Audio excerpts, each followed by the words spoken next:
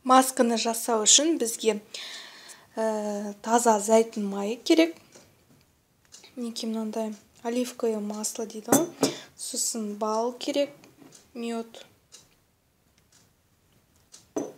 Және бір жұмыртқа. Ыдыс-аяқтан.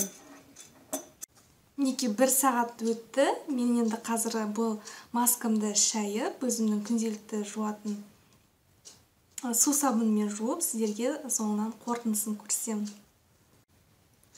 Қыздар, мен жаңағына шашымды жуып, кептіріп, сіздерге қорытындысын көрсеткім келіп отыр. Мінекей көріп отырғандарыңыздай, шашым өте нәзік, әдемі, жылтырап, сондай жұмсақ болып отыр.